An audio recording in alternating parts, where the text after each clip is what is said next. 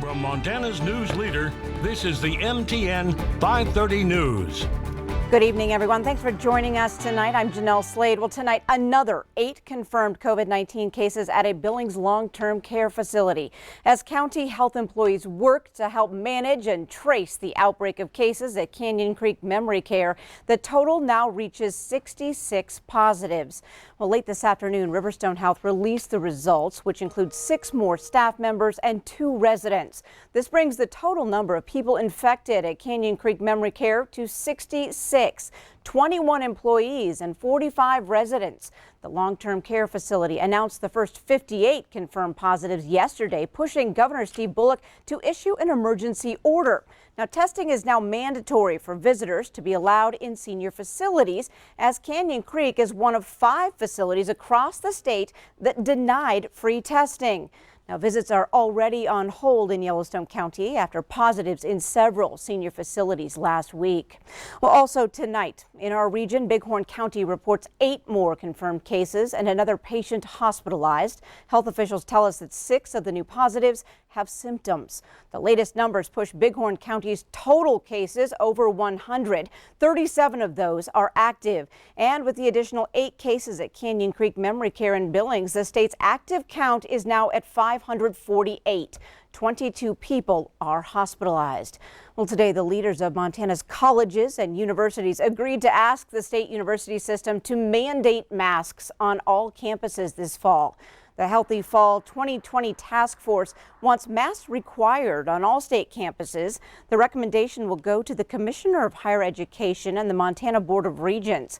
Now, the task force collaborated with the governor's office and advice from public health officials. The task force includes representatives from nearly a dozen state colleges and universities across Montana. Well, MSUB's Communications Director Maureen Brocky says it's not known yet what this means on the Billings campus. She says a back-to-business plan for the fall will be released next week. And a quick reminder, Riverstone Health will hold a second free drive-through COVID-19 test event at Metro Park this Saturday.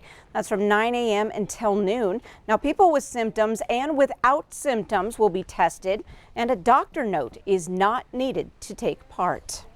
Well, for the first time in nearly 4 decades, the state of Wyoming has granted approval for a new coal mine. But there's a twist. Coal from the 15,000-acre Brook Mine near Sheridan will be used to develop alternative uses for coal beyond burning it.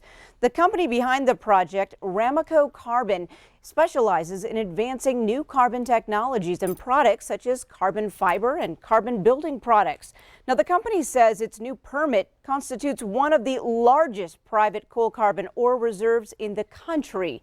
Chairman and CEO Randall Atkins envisions a new carbon valley in the Powder River Basin, creating high-value, high-tech environmental uses for coal.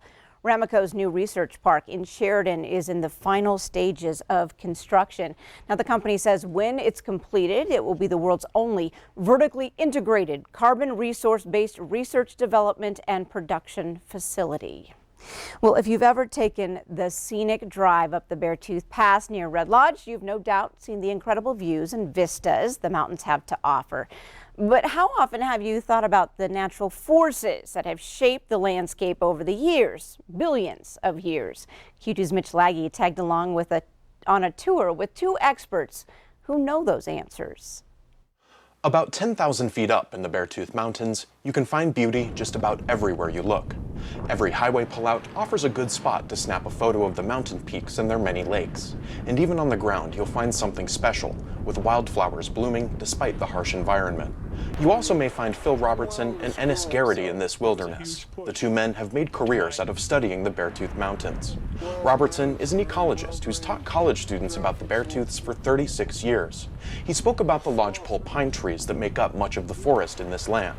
These trees are dependent on fire to rejuvenate the soil and release seeds from their cones to produce more trees. These are fire-dependent forests. The species that we have here have evolved characteristics that both promote and resist fire. Adding to their fiery nature, the needles of a lodgepole pine are filled with a flammable substance called terpene, and their small surface area is conducive to burning. helping to continue the life cycle of the forest. After starting in Red Lodge, the tour traveled to Vista Point on the Beartooth Highway. Here, geology plays a role into where the trees grow. You'll notice patches in the valley where growth is absent. This is because a massive glacier carved out this valley around 12,000 years ago, and the soil that it left behind in those spots wasn't conducive to growth. Beartooths were covered under thousands of feet of ice that melted and eroded off and carved out those beautiful tarn lakes, head walls, cirques, and just beautiful alpine glacial topography. Garrity is a geologist who's been working with the Stillwater mine since 1988. He said that the glacial valleys seen from Vista Point are some of the younger formations that are found in the Beartooths, but many of these rocks date back billions of years. South of Livingston, there's a date, the oldest date in the Beartooths is at 3.5 billion years old. So you have a tremendous amount of geology to work with here. South of Red Lodge, it's 3.4 billion years old. The Beartooths were formed around 65 million years ago thanks to the collision of tectonic plates. To put that date in perspective, recorded human history only goes back about 5,000 years. So the next time that you're traveling up the Beartooth Pass, take a moment to stop and ponder and think about where these rocks were 3 billion years ago.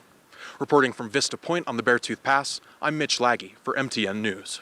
All right, thanks, Mitch. Now, Mitch also tells us the Beartooths were used for a short period of time during World War II to mine chromium, an ingredient in the steelmaking process. But after foreign markets opened back up, the mine was abandoned. Well, it's official. Billings voters said yes to a $1.6 million elementary school levy. Today, election officials finished counting more than 800 hand-delivered ballots. The final count, nearly 2,900 more yes votes.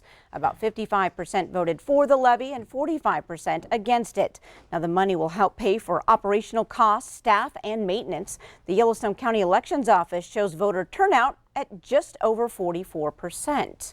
And if you missed it, it was a different story for Elder Grove's General Fund levy. With final numbers in, almost 70% of voters said no. Well, what's in a name? Well, the new two-toed sloth, now making his way to Zoo, Montana, just wants one. We've been tracking the slow-moving journey for several days on social media, but this morning our sloth reached out to his followers asking for a name.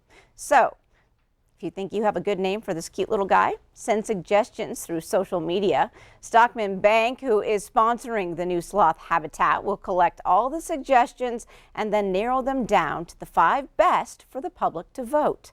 For more information, head to KTVQ.com. Well, up next on tonight's Q2 530 News, the race for governor and U.S. Senate are front and center, but there's another not to forget. Q2's Jay Cohn brings us the latest on Montana's sole seat in the House of Representatives.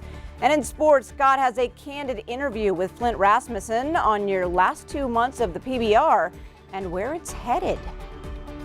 And coming up in weather, just a few lingering sprinkles across the high line tonight, but another system's coming our way. Will it be coming your way? We'll have the answer coming up.